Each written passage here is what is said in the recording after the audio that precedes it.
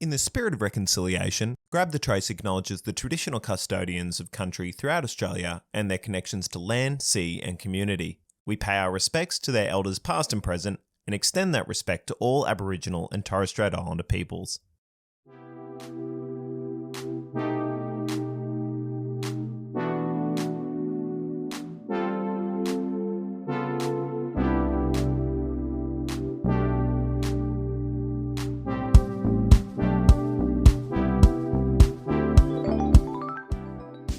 Welcome to another episode of Grab the Trace, a home design podcast to help you deliver your next project to its full potential. We're your hosts, Mikaela and Lachlan, and if you're looking for some tips and secrets for your next project, be it building a new home, renovating, or even just picking what window furnishing would best suit your space, we have you covered. Whilst we'll try to help as much as possible, this podcast is of a general nature and won't be able to take into account your individual circumstance. If you need personalised advice, you should engage a relevant professional consultant to help make the best decisions for your situation.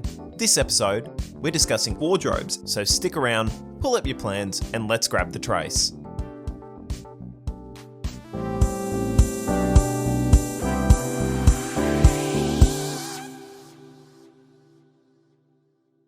Hello everybody, and welcome to the next instalment of the Grab the Trace podcast. Today, it's wardrobes and all the important things to know and the tricks to have in your back pocket. We'll take you through what they should look like, what decisions need to be made, and what you can do to maximise your space. It's time for Inspiration Gram. Mikaela, would you like to take us away? My inspiration gram for this week is it's more architectural, I would say, but it's absolutely stunning. I did want to bring it to everyone's attention, and I'm sure in weeks to come, we're going to do a lot from Smart Design Studio. So, as I just said, Smart Design Studio is the architects on this project, and it is their Indigo Slam House. This thing is unreal. It's well known within the design world. It's, I think, been getting awards since the first day of completion, I think. It's huge for one. The scale of this house is absolutely out of this world, but I think they really went different with this. They were using textures and materials in a different way, seen very differently of the time. I think this was 2017, maybe 2016, 2017 build. And they kind of did these brick pavers as the general flooring throughout. Stunning. It is beautiful. I think just the grand scale of this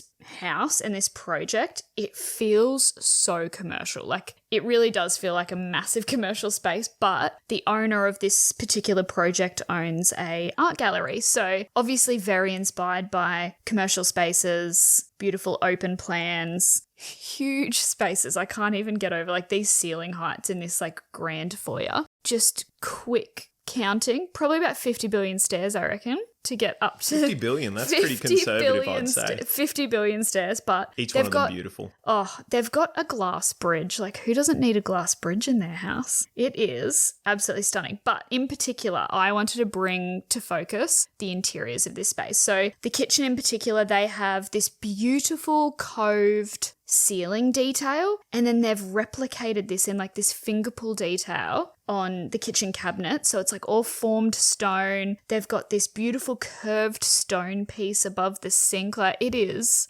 sculptural. It really is. Like, these spaces look like art pieces within themselves. And then those same design principles in this beautiful master ensuite. They have like this solid brass bath. They have curved walls. They have beautiful Elba marble tiles all over the floor, using this beautiful stone to form the basins. It's absolutely spectacular. Then they've kind of morphed the architecture and the interiors in one with these solid timber shutters on the inside of this bathroom space, which is like all manually operated. And then that obviously gives privacy and airflow. It truly is an absolute masterpiece. Like, it is absolutely stunning. Even how they've obviously got brick pavers used as the general floor throughout, which I mentioned, but then they've kept that same format and they've used the Elba marble as the flooring in this bathroom, but then used the same format as the pavers, so it's consistent in terms of pattern and style. It's beautiful. I know I say this every single week, but I'm purposely bringing beautiful projects to you guys. But the cellar, oh my gosh, brick flooring, they've got brick ceiling. Like, this is what multi-millions of dollars can get you. It is I think this incredible. Is the perfect example where, because she has, I guess, an eye for art, for lack of a better term, and she probably has slightly more of an appreciation for the creativity of the designers she went to. This is what you can do when you kind of have those budgets. Open checkbook kind of approach to it. Is I don't think I've seen a compromised element in it. Not one. And not to take anything away from obviously smart design as well. Like their use of materials and ideas are second to none. Like these are incredible details and incredible architectural feats. Like it's an art piece. It's an art piece. Honestly, that's all I can say. It's so sculptural and just a beautiful, beautiful inclusion in the Australian design. Thank you very much for bringing it to everyone's attention. Problem. I want to know yours now. I already know it, but I can't wait for you to get into it. You might be thinking, Lachlan, when you find these projects that are just pure brilliance in one way or another, that you're diving as deep as you can, doing the hard-hitting journalism. Unfortunately, today I have to break that illusion. I found this while I was just wasting time on news.com.au a couple of weeks ago in the real estate section, looking at houses I'll never be able to buy. Is that a category? Oh my goodness. This is a project by a developer called Mad Developments, and it's their Harcourt house. I don't think I've been as floored by a project as this. This is a Brizzy project, isn't it? Brisbane project, an existing Queenslander-styled house, raised up, built in underneath. We're talking of 3 stories of sheer brilliance. The dream. We've got a car park on the lower ground with a bit of storage and a workshop. The middle level is our living entertaining space with a bit of a pool, which is a feature in itself. Oh my goodness. Living and dining, kitchen, laundry, outdoor living, even on the street front. And then upstairs is where all the bedroom and the private areas are kind of located. This is where all the magic happens. This is where the magic happens. Honestly, there's one, I can't even describe how extra this is, but in a good way. I'm here for it. The same level of detail and care seen in the Indigo Slam project has been taken here on a slightly smaller scale. I don't think I'm breaking the bounds to say that. I'm honestly just flicking through the photos now. It's just stunning. The main thing that catches your eyes, there's just a beautiful emerald stone that's just been used so well as a feature in the kitchen, not only as a wall cladding, but as the kitchen island bench, a little bit of the rear splash and rear bench, and then also continued through on the floor as a floor surface. It's just... it's an inspirational project when designers, architects are staring at these spaces and this house and this project and looking at it and going, when or where can I use that stone? How can I use those materials in a different way? Or I think that's the true beauty of this. I look at that and I go, oh my God, I want to do green stone now, everywhere. It's beautiful. Designed by Channon Architects, built by Mad Builders, so the developers are also the builders. Photos by David Chatfield. Just look at it. I can't do it justice. I don't have the vocabulary. I'm not well spoken enough. Honestly, I went home to my wife, Caitlin, and I was like, this is the master plan. This is what we need to work towards. We need to find a house. It doesn't matter how badly run down this house is. Oh my goodness. It's this and then another project I'll start to feature in the future by another architecture firm called Myers Elliott. That's just my absolute, at the moment, that is my obsession for 2 separate reasons. This is very intimate and I can't describe it. And then the Myers Elliott thing just really speaks to me. I just love the palette and the way they do things in terms of concrete. Whatever. I'm going to cut myself off because it's just going to be 6 minutes of me going, oh my God. We'll put it on Instagram. We'll throw it on the gram, everybody. There's nothing else we can do. So let's move into house hacks, Mikaela. What have you got this week in wardrobe week to shine through?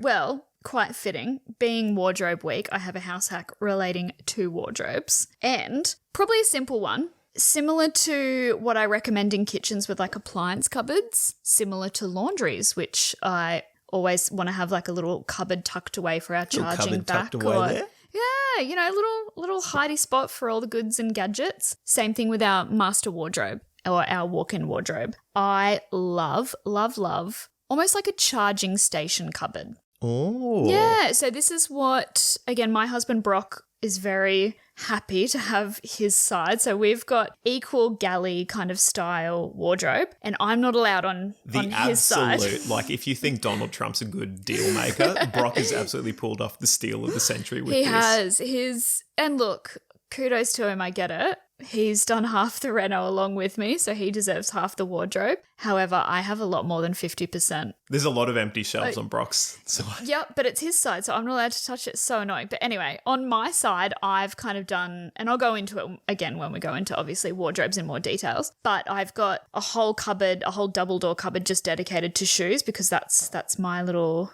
side. But on Brock's side, he's got like some shoe racks down the bottom of this particular cupboard, and then he's got some recessed open shelves, and then on like the bench height he's got just PowerPoints for days. He's got PowerPoints everywhere with USBs in it, and that's where he puts his iPads and computers, and even we set up like he's got like a little mini ironing board and an iron, and then he's also got like a garment steamer. So that's where we can do all of our, like I do all my ironing and my small steaming. Little things if you need it. Yeah. So again, because we're in the multi-story house, levels everywhere, the last thing I want to do is have to like rush down into the laundry, grab what I need, and then rush back up. Technically, I'm doing all of the ironing and the garment steaming to our clothes, so it kind of just makes sense having somewhere to do that. This is the spot for it. Chuck in a PowerPoint in your wardrobe and you would be surprised at how much you use it. I've even got little hints and tips from like young mums as well, or young mum and dads, parents who set it up as like they've got the bottle warmers in there. They've got all that, like a little kettle you can even put in there. I've even seen, we do it on a lot of our projects. We've got client requests for like kitchenettes. Yeah. Almost. Little coffee station, little bar fridge, little moment like that. You can literally never have to leave your bedroom. So who doesn't love a bit of that? I know. That's perfect. Yeah. So that's my little hack. Little charging station that you can kind of use however you please, but you will find a reason to use it. Yes, 100%. My pick for this week, everybody, I know I'm a little bit late because bathrooms are a couple of weeks ago, but I was thinking about it more recently and I was strolling through, much like the hard-hitting journalism of my house inspiration gram. I was trawling, doing the hard yards through TikTok the other day, and something I came across, I think it was an American lady who mentioned something, and I was like, I really rate that as an idea. Is, I guess this more relates for your project home builders, where they will only include tiles up to a certain height. So usually 2100, they won't tile above that. So if you've got 2400 high ceilings, that's a variation. Dodgy. My preference, and Mikaela, I can't wait until you agree with me on this. My preference is to have those tiles go the full way to the underside of the ceiling. To do that without it being a big variation, maybe peel the tiles off walls that don't necessarily need it in a bathroom. Oh, so just redistribute the amount of tiles used. Much like my renovation at Ipswich, we didn't do tiles through the whole thing. We just did tiles in the wet areas and then our skirting tiles, which kept costs down because the tile doesn't have to do the whole bathroom. Mm-hmm. And then you get to be able to do better things with that money. Whenever I think of a project home, there's like the little key things that kind of shout out to me. Project home. Yep. And it's like 2100 high. A washer dryer provision in a laundry, but they just have the sink cupboard and then just like an opening. They've done like 2100 high doors everywhere, or they've done 42 high skirting. It's like all of these things that I go, yep, tick, tick, tick, tick, tick. That's just part of that package. And to be fair, when looking at budgets, again, renos a very, very different game to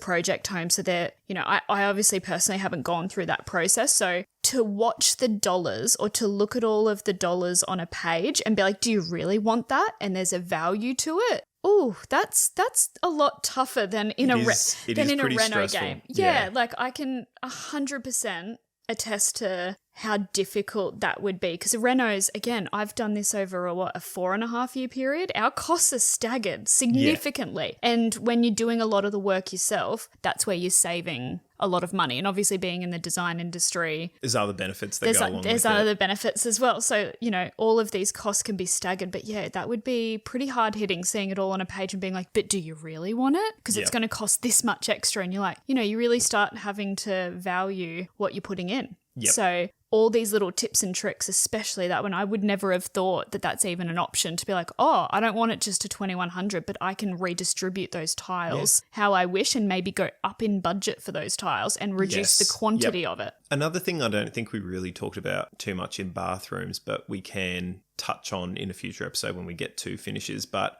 just as a general thing, when people look at tiles and you're looking at tiles and you've got your budgets or your budget brackets, there's plenty of really nice tiles for like $40 to $50 a metre square. Oh, even $20 to $30 but like a square your metre. feature tile doesn't. Oh, we were looking at a pretty horrendous one the other day. It was like a wallpaper tile. It was 400 metre square. But Absolutely not. you don't need to spend that much for it to be a feature. The feature can just be the size of it. It could be a large format tile, or it could be a smaller format tile. It's just then you're balancing labour costs and all the other little things that go along with it. So you don't have to spend $120, $150 a metre square on tile to make it feel like a feature. 100%. Or even, I think we did mention it in the bathroom weeks, where I'm a bit more privy to finding a design element that's not a tile. Like the tile, I know, again, Project Home specifically, where they go, okay, let's do something different with the bathrooms. What's going to be your feature tile? And they put so much emphasis on choosing a feature tile, like that's going to be your focal point of the room. It can be your stone. It can be your cabinetry. It can be your tapware. It can be the type of basin you choose. It could be this freestanding bath that you've just dreamt of. It doesn't have to be, you know, a strip or a nice feature tile behind the vanity. Like you can change your focal point of a space.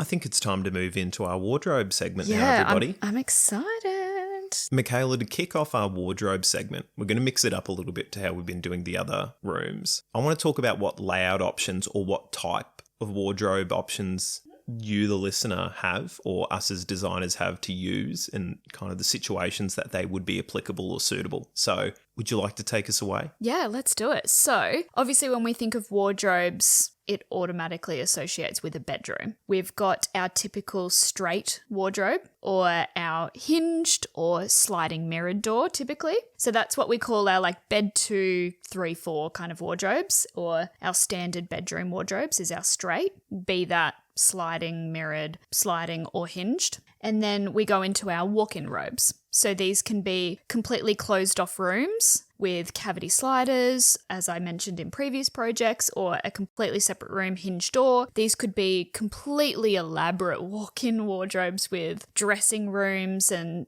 you know, seats and islands and chandeliers. Skylights, everything. Skylights, you name it. So it's honestly just a space to hold particularly your clothes. Let's go with that. Maybe one person's, maybe two. Oh, we have done like tandem wardrobes in kids' rooms before, like shared bathrooms, very similar shared wardrobes. I think we did touch on it in one of our previous episodes for en-suites and bathrooms that a walk-through robe is not ideal. It's not. Especially if that walk-through robe doesn't have doors on the cupboards themselves. Then that's just a mistake. That's not a room.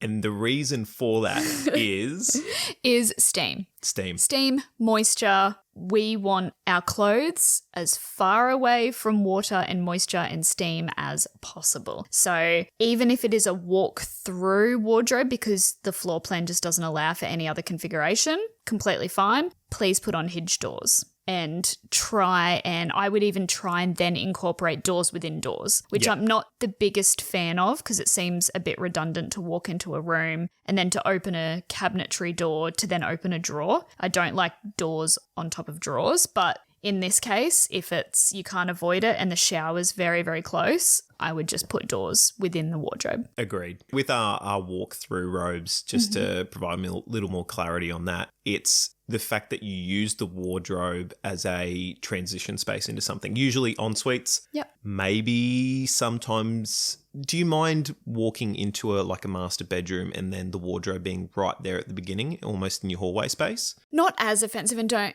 we have done it on numerous projects. This does sound very snobby, everyone. If you do have one, it's okay. We're just trying to say from our point of view, ideally. Yeah, from our perspective as an architect and interior designer, we're looking usually at projects from scratch. Like it's an empty shell. We're filling those spaces with walls and designing in layouts. So in our best case scenario, I would prefer a walk-in wardrobe in the master suite, completely separate from the bedroom, completely separate from the master ensuite. In terms of typical wardrobes, that's absolutely fine having a straight wardrobe as soon as you walk into an opening. That's fine. It's behind either mirrored doors or hinge doors. Depending on space, I love the look of hinged doors on wardrobes. However, the space needs to allow for that. You need to be able to open those doors easily instead of having 400 wide doors and you have to open 12, 13 of them just to open. That's not functional in my eyes. I'd rather just have one huge 1.5 meter wide sliding mirrored door. Agreed. And then it's just super functional. You don't have any issues with opening hinge doors onto beds. So there is function within wardrobes as well that needs to be looked at and adhered to. So yeah. I think that covers, I guess, the types of wardrobe. Yeah. Now let's talk about something that's also rather important, especially in the planning stage, is how deep do these things actually get, or how shallow can you get them? All right. And I guess with the shallow ones even, what would a shallow storage in your be wardrobe useful for? Yeah, be useful for. Yeah. Typically would you say that I'm a bit argumentative or forceful with You're very adamant? What's the word? Strong. Strict. I like strict. You're very strict, and for a good reason, about the size of these things. Yes. I love to ensure wardrobes are never, ever shallower than 600 deep for hanging space. For drawers, for open shelves, for shoe racks, for seats, absolutely fine. But for double hanging or single hanging space, we want that clothes hanger to be able to be completely free of doors, cabinetry, gables. Once you put a big heavy woolen overcoat on that, or you've got a ski jacket, that's not going to fit in a 500 deep wardrobe. It's going to be on an angle. We don't want that. We don't want it to interfere with doors. We want it to be nice and open, have plenty of space either side. Your clothes don't get crushed. We have a lot of clients who have hundreds of thousands of dollars worth of clothing. The last thing you want is them to be squished inside a cabinet. So, 600 deep from the front face to the rear. Now, in saying that, people are going to come at me. Please don't. IKEA wardrobes are 570 deep. That is fine. It's just for a custom wardrobe when we're looking at cabinetry thicknesses, be that 16 mil, 18 mil, 32 mil, then you add doors on top of that and hinges. I like to give 600. Yeah. But 570 still works absolutely fine. 100%. I think the other thing that's important to keep in mind is even if you're not putting doors on it, 600 is still nice. Yep. You don't want your clothes, again, when they're hanging on the clothes hanger and then entering into your walkway space, you don't want them popping out. You want them to be nicely tucked into that wardrobe provision. Let's move on to our shallower options. Yes. So we have usually in a lot of wardrobe spaces that we're designing, we either have risers or, adjoining rooms that pop in and out. Or you might need to give some of that space back to an ensuite. Yeah. And so that 150 mil might not make too much of a difference in the walk-in robe, but it can mean everything to that ensuite. 100%. And that doesn't become null and void storage. That just becomes our open shelves. That becomes our drawers. Yep. That would be an amazing full height built-in shoe rack. Oh, yeah. That would be a great charging station. That would be a beautiful built-in seat. That could even be a beautiful kitchenette or built-in makeup station. We have so many options that space is definitely not wasted. It's just not ideal for hanging. Yeah, it's with 450, because think of it this way, the hanging rail is going to need to be pretty much at the same depth from the back of the cabinet, no matter how deep your wardrobe is. So if you're trying to do a hanging section within your 450 deep cabinet, that's fine. It's just going to project into the walkway. Or they'd all be on the diagonal. Yes, agreed. Yeah, don't want that. No, that's not ideal. The next one I want to talk on, and this is a question I had written down, but funnily enough, it's also the question we got asked on Instagram. Yes. This week. We did. We got asked by our friends at Granero Build, the one we featured a couple of weeks ago. They're on Instagram as Our Modern Barn Home. Check them out. I've been looking at their photos again. The progress is absolutely still insane. They wrote, what percentage of drawers to hanger to long hanging to shelves, what is your preferred ratio? Are you just splitting it 25% for each? Or how do we divide up a wardrobe effectively? Honestly, this is for a master wardrobe. For our typicals, I'll go into kind of what's a standard. But in terms of master wardrobe, the world is your oyster. This needs to be exactly for you as a couple or for you individually. If you have, half your wardrobes are activewear, you're going to need a lot more drawers. That's just essential. So I'm a big fan personally of a lot of drawers, but I have a lot of folding clothes, and that's just me personally. Again, I have a lot of shoes, a big shoe collection. So shoe storage is really important to me. So I might not necessarily have as much hanging space as another person, but again, like double height hanging for me personally is not as essential as single height. I have a lot of midi dresses, like a lot of midi length dresses and skirts. Yes, I know what that is. Yep. I'm not even going to go into that. It's longer than your knee, shorter than your ankle. Calf. Halfway between a maxi and a mini. Oh my God, he's got it. I'm learning. No, I have a lot of midi dresses, so they're too long to just do in the single height hanging, but then they're obviously wasted space for full height hanging as well. So again, I customized my wardrobe to fit my needs, and I think that's what every person needs to think about their clothing and how they use it. If if your, say, husband he wears suits every day, that actually takes up a lot of wardrobe space, suits. So a lot of blazers, jackets, they've got business shoes, trousers, like my husband, he's an engineer, so he wears a lot of like slacks to work. So he's got a meter wide trouser rack just for him. And he's got that many pairs of chinos. It's ridiculous. But I love it. Again, his wardrobe space is not as used as my side. I'm so jealous. I want it. Brock's angling his clothes just to spite you, even in a wardrobe that's sufficiently deep. They could have like 20 centimetre spacings between each hung item. It's ridiculous. I need that space. So I guess the question then is, in your typical wardrobes then, yes. what's your formula? What's your secret recipe? Okay, what's my go-to in terms of my standards? So it's very, very similar to what a project home would kind of integrate. So I always make sure a set of drawers. However, if we do get the luxury of being able to custom or use laminate or 2-pack, whatever your fancy is or whatever your budget is, I would always opt for minimum 4 drawers, but I go up to like 11 or 1200 high. I thought you were going to say 11 or 12 drawers for a second there. Oh, that would be the dream. A double drawer?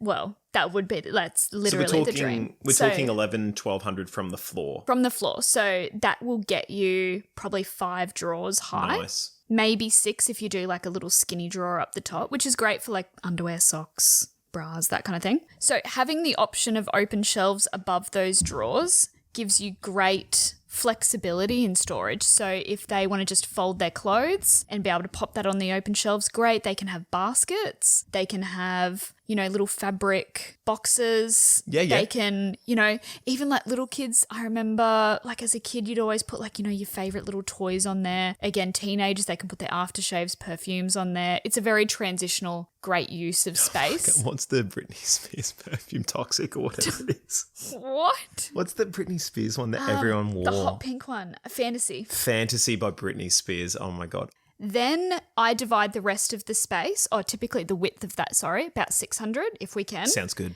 600, 500 is like a minimum, but 600 is nice. So if I do a 600 wide drawer and open shelf combo, then I'll match that with my full height. So then I'll do a 600 wide full height section, divide that with a gable, and then the rest of that space is a double height hanging. Beautiful. So I always try and make sure that those 2 hanging rails are of equal distance. So we've got typically around a 900 high space, and then our kickboard, and then we've got a 900 space above that. A kickboard luxury. Sometimes in project homeland, you don't get a kickboard, a fancy kickboard. Well, I think a kickboard is necessary. I think so. So keep you're not up off just the carpet, guys. Yeah. Limit that dust. Yeah, and also you can kind of argue that you don't need to carpet inside those wardrobes. Mm-hmm. So you're saving on carpet and underlay, which again, project homes. If anyone's out there and has a project home, please go check, I dare you. In your wardrobes,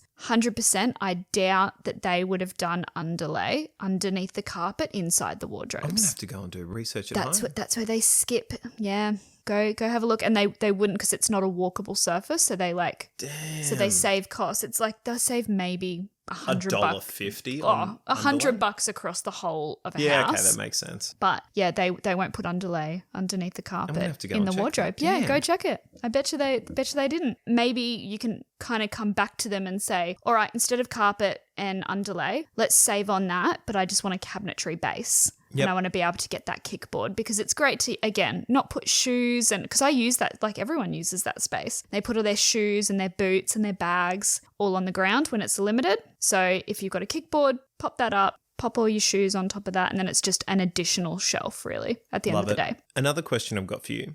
In I guess this is more for a walk-in robe situation. Yep. When, I know we touched on it with drawers, but when else are doors maybe not essential? So for me, the removal of doors, I always love to have drawers open. So wherever you're putting drawers within a walk-in robe scenario, please don't put a full height door in front of it because I find it's just really aggravating having to open a door to then open a drawer. Yes. And then even a lot of hanging. I don't think it's necessary because, again, I'm a big fan of a separate walk-in robe, which has a door access anyway. So if I want to close that off, I close the door. That's our privacy. Yeah. The only thing that I don't particularly like in that instance when we're talking when we enter a master suite and you kind of open up onto your wardrobe space, I feel like that kind of has to be behind doors. You don't want to open up and see all of your clothes open.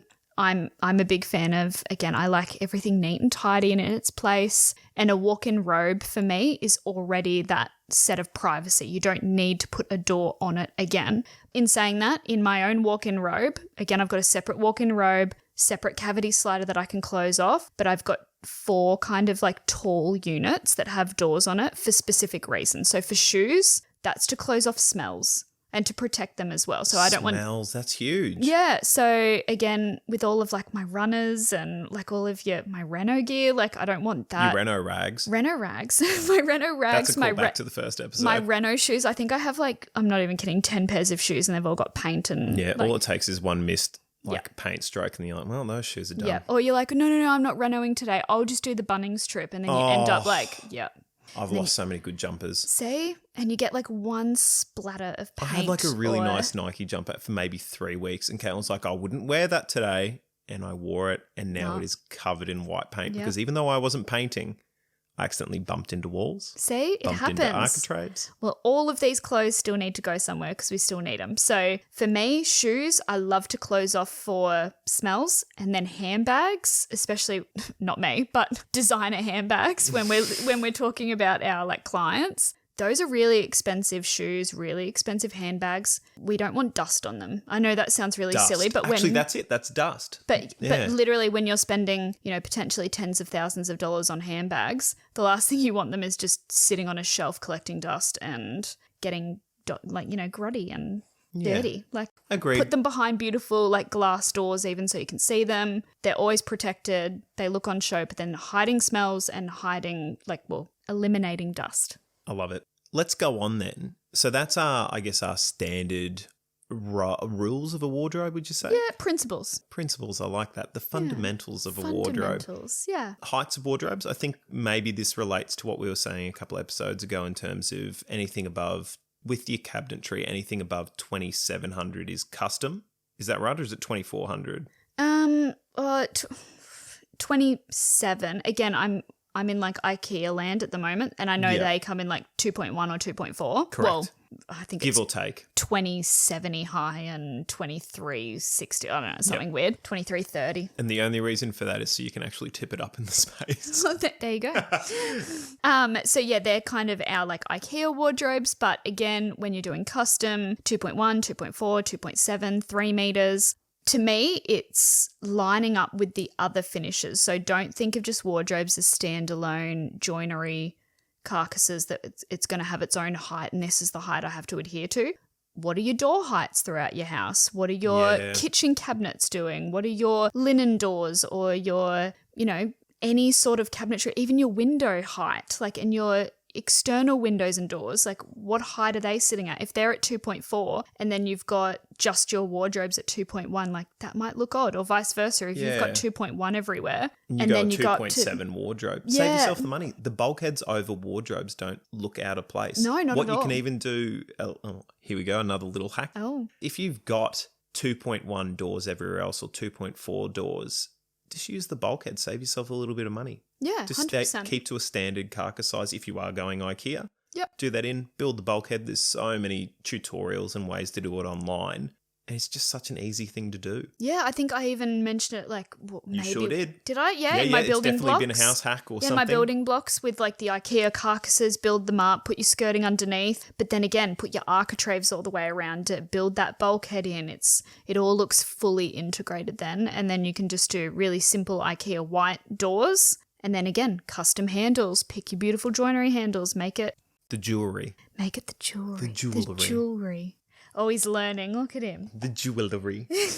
So in terms of other things we can put into our wardrobes, I think you mentioned with Brock some trouser racks. Yeah. So again, IKEA is a amazing tool. Amazing. And again, we did do a lot of custom joinery in our second reno, the one that we're in now, but I still went back to IKEA because the cost efficiencies for an IKEA wardrobe with what you get, it's honestly amazing. Like I've looked at, and trust me, I've designed, I've built, I've been there, I've done it. And I've looked at all the costings of Hedditch and Hafley fittings and fixtures in terms of trouser racks, pull-out belt racks. They've got scarves, they've got shoe racks.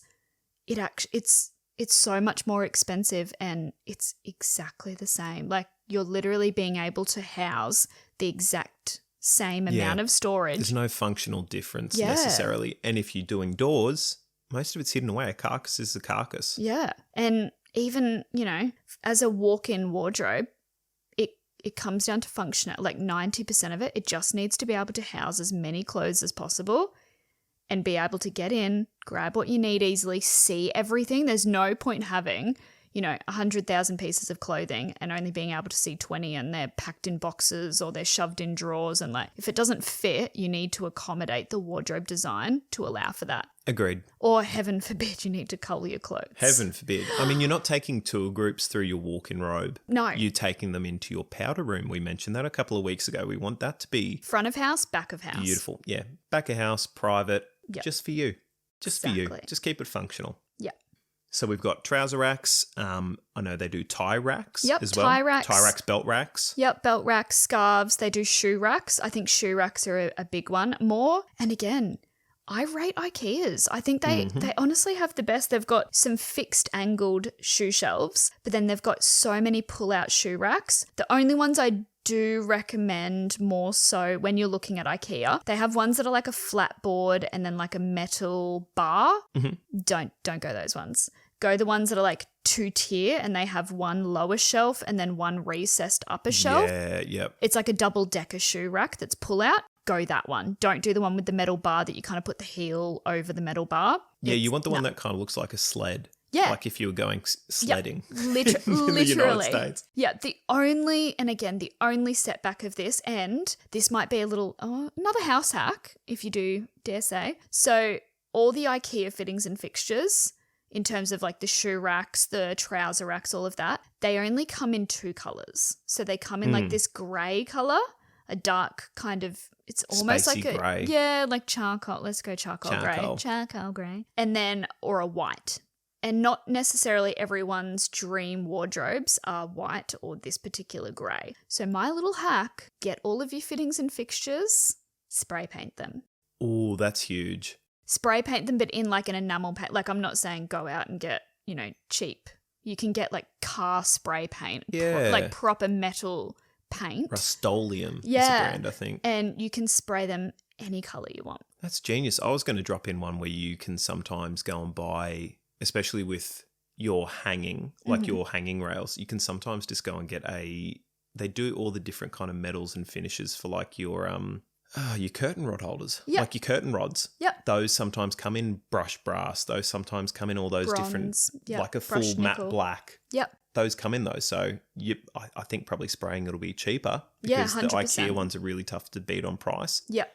The other thing that they're really good at is because they're standard sizes, it's so easy to incorporate at the planning stage. And even if you want to go and get custom carcasses made up, you can just tell them to make it to a standard size. Yep. Because you're going to go and get all your fittings from IKEA. Which is exactly what we did in our typical wardrobes. Here it's a bit of an odd layout that we had, and we could fit an IKEA carcass technically, but we'd have like a leftover space. So we wanted to integrate like full height, like bookshelf on either side of these wardrobes. So we actually looked at doing IKEA, then getting a joiner in to like fill out that open shelf section. It was actually just cheaper to get the joiner to do all of it. But then we got him to stick to IKEA sizings, and he even put in all the internal holes. I was just about to ask you this because I don't think we've touched on it yet.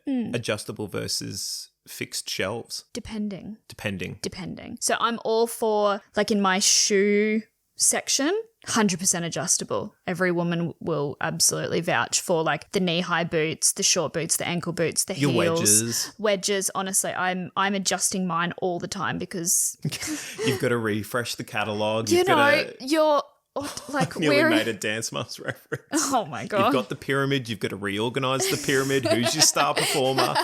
Or just seasonal. So if winter comes along, you weirdo.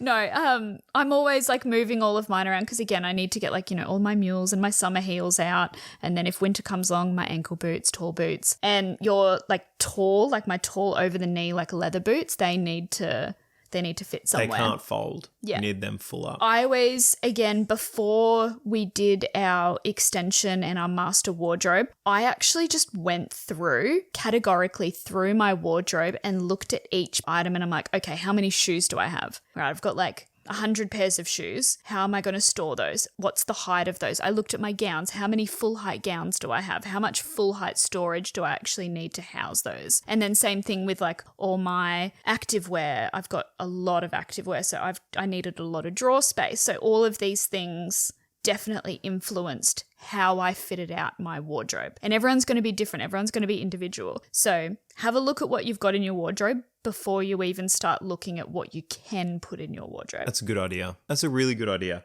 What I want to move on to now, and I think we've touched on it through the episode and maybe even in the last couple of weeks, is for our finishes. Yes. So we're kind of spruiking IKEA. Mm-hmm. So they've got a couple of finishes. They've got their nice, just flat white carcass and the doors that match that. That's the most cost-effective solution they've got. I think it's called the 4-sand. With the finishes for our wardrobes. Yes. So I think we definitely touched on this in some previous episodes. So you can go a laminate. Yep. You can go 2-pack if you want a specific colour. I do have a bit of a hack that I've... Are you holding out on us? Oh, I am, because I kind of wish I did it in my own walk-in robe, but it does take up a bit of space. But personally, I think it might be worth it for those that want a fully custom look, or they have a very unusual wall colour, or they want to use that throughout. Here's a hack for you. So they do it a lot in IKEA for their office spaces or built-in open shelves. Like with the Billy bookcases, they do a lot of built-in open shelves or like next to the fireplace, or definitely over in like America, UK, you see a lot of built-in units that they use the Billy bookcases for. Now imagine that idea, but used within a wardrobe. So I'm talking about, let's get the PAX wardrobe carcass. We can do all the interior fittings and fixtures, all the complement, all of the shoe racks and drawers and everything. You know how I even said or suggested as well with the other hack was to build it up on a plinth? Yep. This is kind of taking it to the next level. Build it up on a plinth, get your carcass, but then divide each of those carcasses with almost like a little bit of like timber MDF banding. And then instead of just having your architrave all the way around and your skirting underneath, then you've kind of got like all this MDF framework around these carcasses. And then you put your shelves in, and then you're building that shelf in, and you're doing a little MDF panel in front of all of those shelves. So everything looks super custom. But the thing is, with that MDF or treated pine, paint it. Paint it in your wall color, and then it all looks like a fully built-in showpiece walk-in robe. So that's the way of making it look really expensive. But again, you're not seeing all the holes. You're not seeing the sides of the carcasses. You don't have any, it's all open, so you don't have any hinges or doors on those. But it feels like a very boutique, custom walk-in robe. Isn't that fantastic? Yeah. Sorry, guys. Someone report back to us on that. That's a really, really good little... I don't even think you can call it a hint. I think that's a lifesaver. Yeah, well... That's maybe a little bit more over the top, but I think that's that's got some real value to it. Yeah, don't get me wrong. It's fiddly in terms of like you'd have to be on the power tools. Tools for, a few days cutting out all the edging strips and everything, but kind of worth it. I'd like that would be really nice. Yeah.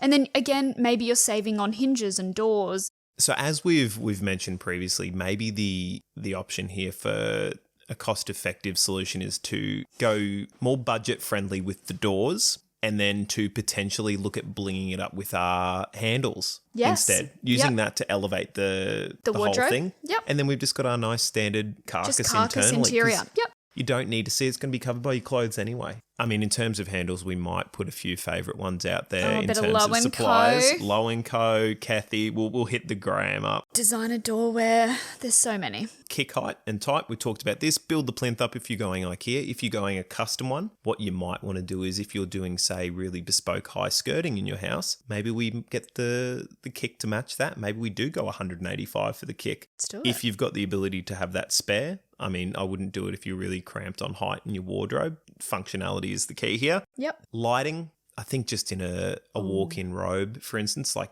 just your normal standard down lights, you might do some track lighting if you want to make it a little bit artisanal in there. Yes. Can I add maybe a bit of lighting hack? And again, IKEA do it, so it is achievable. It's easily accessible. The sensor lights. Correct. So on your cabinetry doors, open up your beautiful wardrobe doors using your beautiful Low & Co handle, and then bam.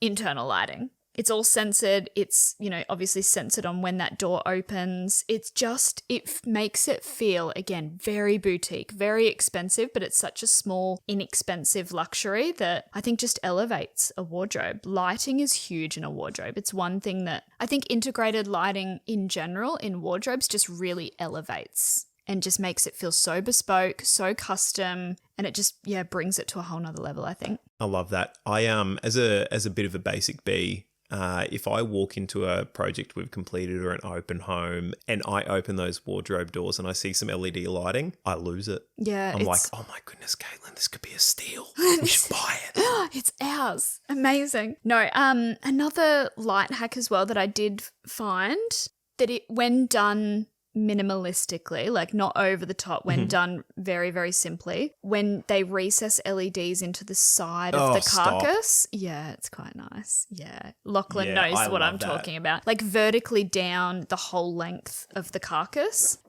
I think that's really beautiful. Beautiful detail because, again, if you're doing a sensor light or a light at the top of the carcass, when you actually fill that wardrobe with clothes, you're not going to be able to see it. That light's hidden. So in doing that strip light all the way down the length of the carcass, it kind of just highlights all the clothes without being blocked. Agreed. I think that's perfect. As we touched on earlier, power.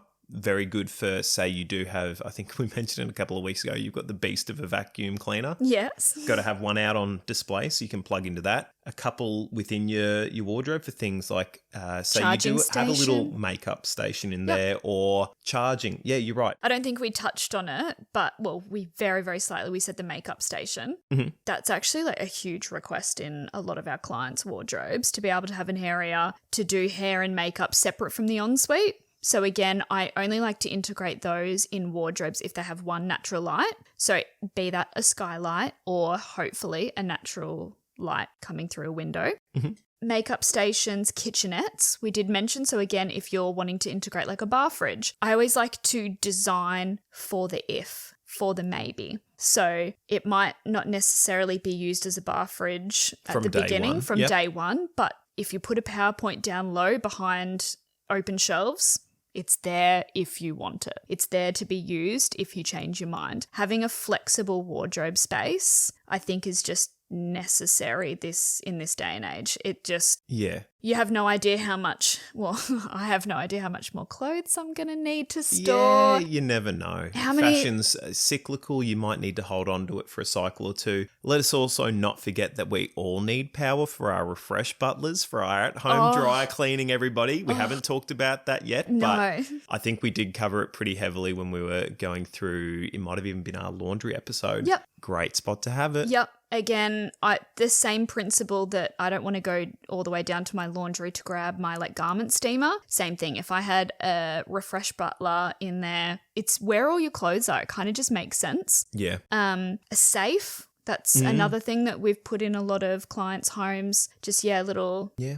those get mounted on the floor. So you Yeah, might little lose discreet a safe. drawer or two, or you might even have, maybe a false drawer front that looks like it, but it's actually a hinged door to the safe in behind there. Or, when you like go to hotels and they've got little, like usually a little safe in the wardrobe just for your as well. passport and stuff. Or your very nice jewelry. Yeah, good call. I guess going on from your makeup station as well, a mirror. Oh, 100% mirror. I mean, if we're doing a backlit mirror, we'll need power for that. I mean, I would imagine you would want to do a backlit mirror for that lovely halo lighting.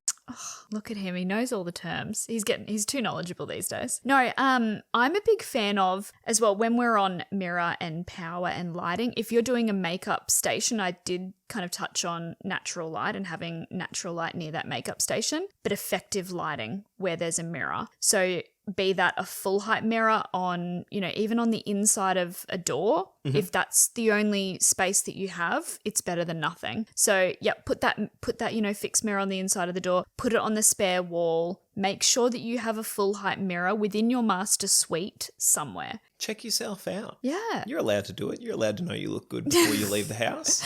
Even like another, again, very custom as well, but in a lot of our clients' wardrobes and a lot of our custom designs, we've put full height mirror behind the full height section of hanging space and then matched that with the full height open shelves for shoes. So just having that mirrored backing, again, it makes it feel almost like a retail shop. Like that's kind of like the dream, is to make it feel like a boutique clothing store. That's where we kind of draw a lot of our inspiration as designers when designing these key spaces. We look at the best of the best. We look at those places that sell clothes for a living. How are they doing their marketing? How are they trying to sell their clothes? They're obviously selling those clothes in the best way, or I guess showcasing those clothes in the best way possible. We want to do the same. Again, a walk-in wardrobe can be an experience when designed right. So, go a little bit bougie, get a pendant, get some wall lights, get, some mirrored backing. You can build all of those carcasses in using your MDF, have it all custom trims and skirtings, make it feel like a very custom fit out space, like solely for you and your needs. 3 rapid fire questions to wrap this up for us. Ooh, You ready? okay, yes. First one.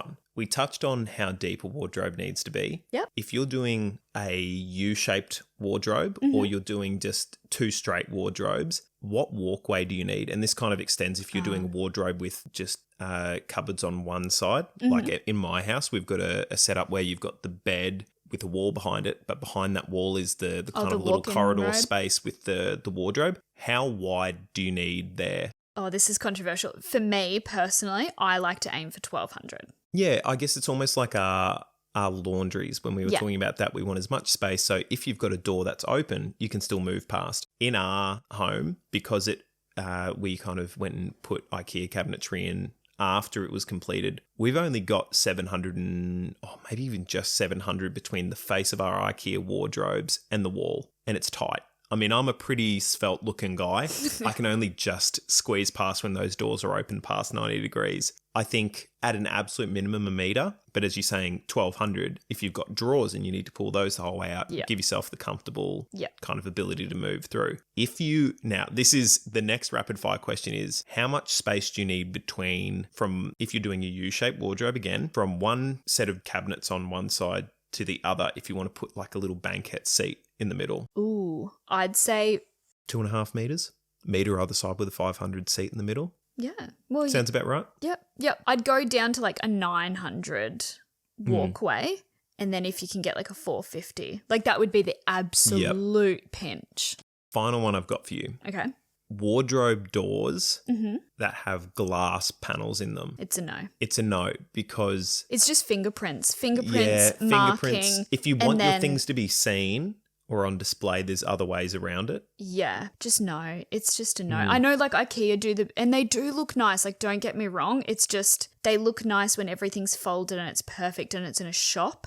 When you've actually got, your Bonds underwear on show, like maybe not. Yeah, like if you've got a jewelry like drawer and you've got your watches and stuff, it's probably just better to have it out of sight from a security point of view. Yeah. If someone's coming in, you want to try and just make it as hard as possible for them to find it. You know where it is. If you've got people coming over, you can be like, check this out. Yeah, mine's just more dust as well. Like dust and grime and like, again, when, I don't know if it's like a woman thing as well, but like when we're getting ready and like you're doing your hair and your makeup, and then if you've got a makeup area or hair area in your wardrobe and you're going back and forth, you've usually got like foundation on your hands or marks, and then you're touching drawers and then you're touching your clothes. Like, never-ending cycle of cleaning. Yeah, just minimal, functional, beautiful. I love it. And you know what? On that note, let's wrap it up. Yeah, let's do it.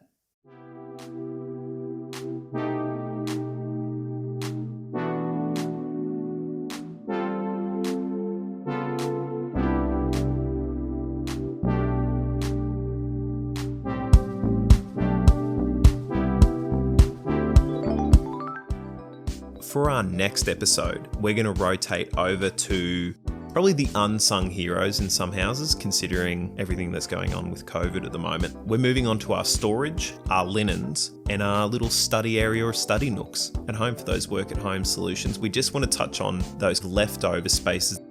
The world's probably heading towards at least a portion of your work week working from home. Let's make it as enjoyable as possible. Definitely. Let's do that for the study nooks, and then for our storage, just in general, let's get something going there. If you have any questions about what we discussed, reach out to us on either our Instagram @grabthetrace or via our emails on grabthetrace@gmail.com. If we can ask that you can subscribe and share the podcast on the platform you're listening on, or leave a review or a rating, that would be an enormous help for us to try and reach as wide of an audience as possible. Our opening and closing music was created by Robert Hellberg. Mikaela, thank you very much for your time this week. Thank you everyone for listening at home, and we'll see you next time.